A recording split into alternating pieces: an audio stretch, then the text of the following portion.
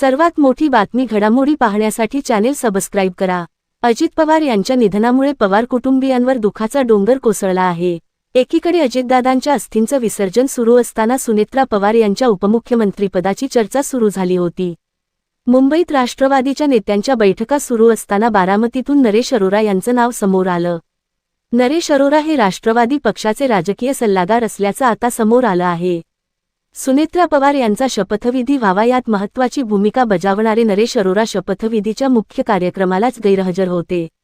शपथविधीच्या निमित्ताने सुचवण्यात आलेल्या बाबींकडे दुर्लक्ष केल्यानं राष्ट्रवादीचे नेते नाराज असल्याची माहिती सूत्रांनी दिली आहे। आज दुपारी देवगिरी बंगल्यावर पार पडलेल्या कोर कमिटीच्या बैठकीला अरोरा यांनी हजेरी लावली होती, पण शपथविधी सोहळ्याला अरोरा गैरहजर होते। उपमुख्यमंत्री म्हणून सुनेत्रा पवार यांनी शपथ घ्यावी या प्रक्रियेत अरोरा यांचा महत्त्वाचा रोल होता, पण आता अरोरा गैरहजर असल्यामुळे त्यांचा पत्ता कट झाल्याची चर्चा रंगली आहे।